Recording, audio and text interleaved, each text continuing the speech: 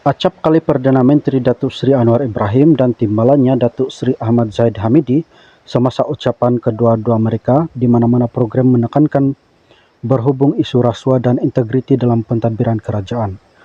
PMX yang dianggap cigu kepada Presiden UMNO berulang kali membuat pendirian bahawa pentadbirannya melawan rasuah dan tidak akan bertolak ansur dengan pelaku pecah amanah, namun ia sering menjadi bahan sindiran orang ramai. Rakyat tidak melihat keseriusan PMX dalam melawan rasuah apabila beliau sendiri melantik seorang yang ada 47 pertuduhan kes di mahkamah sebagai seorang nombor 2 dalam kerajaan campuran. Apakah rasionalnya seorang yang masih berdepan puluhan pertuduhan di mahkamah diberikan tempat dalam kerajaan malah diberikan jawatan yang tertinggi? Di mana integriti dan ketulusan yang dilaungkan oleh PMX apabila beliau sendiri dilihat mengambil mudah dengan soal isu rasuah dan salah guna kuasa? Adakah kerana terlalu sayangkan anak murid sehingga semua prinsip diletak ke tepi? Sebelum bercakap soal rasuah dan salah guna kuasa, lebih baik PMX mencerminkan diri sendiri dengan menilai keputusannya melantik Zahid. Tidak molek apabila Anwar seringkali bercakap mengenai soal rasuah dan integriti melibatkan pemimpin pembangkang, tetapi sebaliknya melantik individu yang ada kes mahkamah sebagai anggota dalam kabinetnya. Semalam Zahid dalam satu program di kementeriannya berkata tidak akan berkompromi dalam isu rasuah dan pecah amanah melibatkan pegawai dan kaki tangan kerajaan, khususnya di bawah Kementerian Kemajuan Desa dan wilayah diterajuinya. Dalam hal ini, kita semua adalah aset kepada kerajaan dan kita mewakili rakyat, apatah lagi rakyat di luar bandar. Jadi jika ada dalam kalangan kita menjadi liability hanya disebabkan prestasi kita, ada kaedah untuk mempertingkatkan prestasi, tetapi jika terpalit rasuah dan pecah amanah itu tidak berkompromi. Justru saya seru diri sendiri dan semua jangan pernah terlambung atau tersanjung dek pujian, tetapi mesti melakukan penambahbaikan di kementerian ini, katanya dipetik laporan media semasa program tersebut.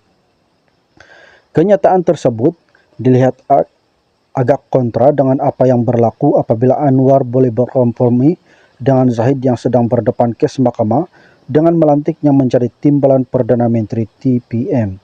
Mengapakah begitu istimewa kompromi antara Anwar dan Zahid ini?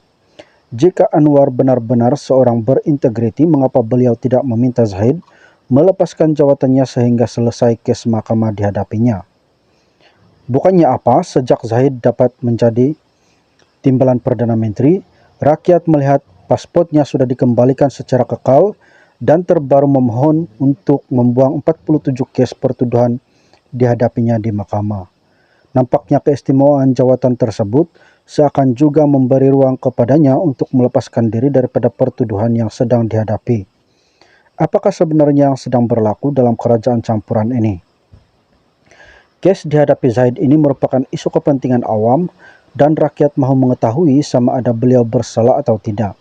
Sepatutnya kes tersebut berjalan dengan cepat bagi menematkan nokta kepada segala persoalan timbul. Bagaimanapun, selepas beberapa tahun berlangsung perbicaraan, tetapi sehingga hari ini tidak selesai dan keputusan berhubung 47 pertuduhan dihadapinya juga belum diketahui. Oleh sebab itu, Anwar sepatutnya merehatkan atau meminta Zahid untuk melepaskan jawatannya sementara menunggu keputusan perbicaraan mahkamah dihadapinya. Malah seluruh dunia pastinya terkejut melihat bagaimana Anwar yang sering bercakap mengenai soal isu rasuah dan integriti tetapi pada masa yang sama melantik seorang yang memiliki 47 kes rasuah dalam kabinetnya. Anwar sepatutnya menghentikan retorik dengan berkata kerajaan campurannya melawan rasuah kerana perbuatan adalah lebih baik daripada hanya berkata-kata. Kata-kata retorik Anwar sudah tidak lagi laku pada zaman ini kerana rakyat masih menantikan janji harga minyak murah, pendidikan percuma, tol percuma dan pelbagai lagi janji yang sehingga hari ini gagal ditunaikan mereka. Zaman ini tidak sama ketika Anwar menjadi pembangkang di mana rakyat mudah ditipu dan dimanipulasikan dengan janji manis dan retorik politik yang tidak masuk akal.